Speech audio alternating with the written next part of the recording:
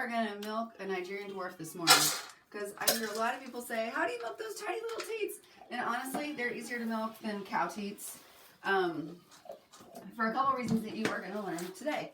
So the first thing you got to do is you put them on the milk stand and they eat grain, and then you want to clean the udder. You do this mostly because you don't want the milk to taste nasty. There's a completely harmless skin bacteria on here, and if it gets in your milk, which it will if you don't clean it. First you got to put a couple of squirts into a different container. So we just use an old tin can because there's also more bacteria in those first few squirts of milk. And then you actually start milking the goat. Now you're probably going, oh, that looks so easy, but I've tried it and it's not that easy. And you know what? It's like riding a bicycle. The process itself is very easy, but it takes time to develop the coordination so that you're not making a mess.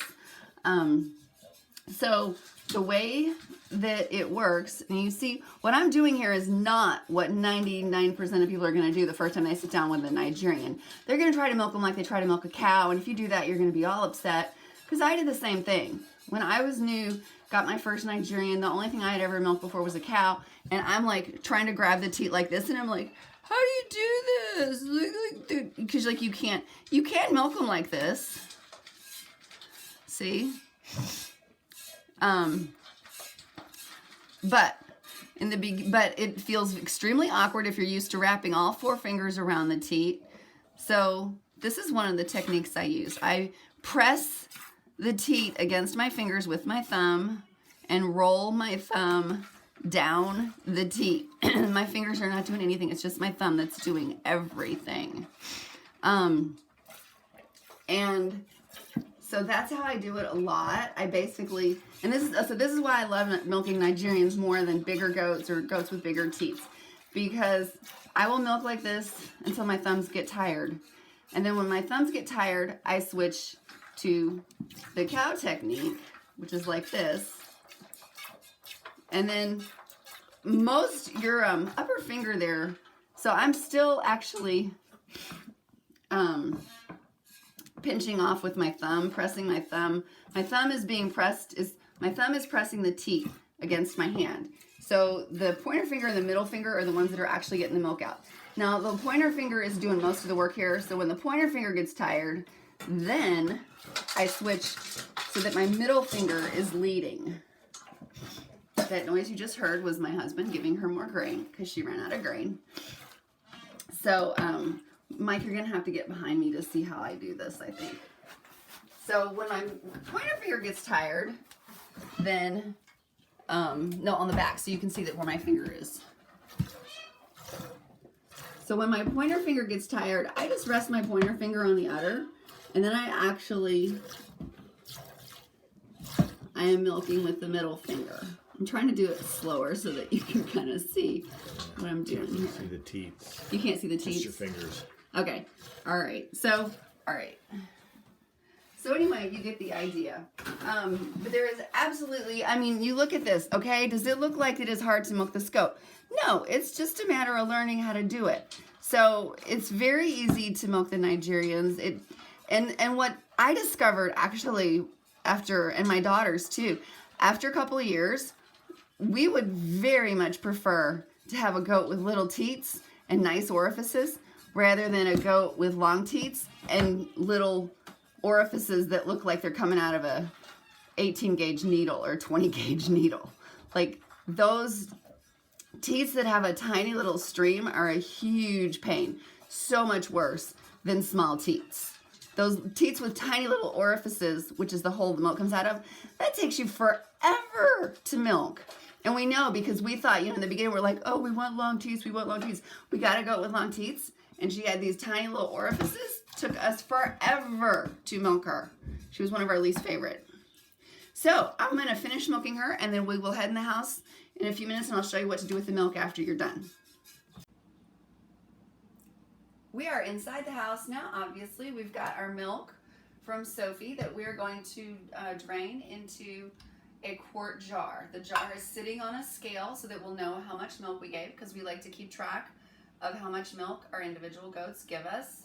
And I've got a couple different types of filter here that I want to show you. This is the very first filter we ever bought.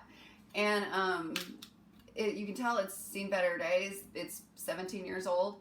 Anyway, I saw a stainless steel one at a goat show one time, so I bought it, and then we started using that. But it kind of drove us crazy, because the way that you have to use that one is that this has to go in here,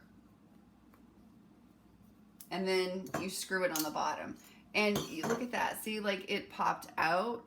So like it's just kind of drives you crazy to like get it exactly right so that there's no gaps, because you don't want any dirt or anything to fall through. Now, and then you just screw it on. Now, I was at somebody's house one time and they had the large version of this. This holds, I think, a cup. There's a large version that's like this big, and I was just amazed. She just like slapped this filter in here, giving it very little thought, and she was off to the races. So when I saw this at an American Dairy Goat Association conference for sale, I snapped it up like that. I'm like, yeah, this is what I want.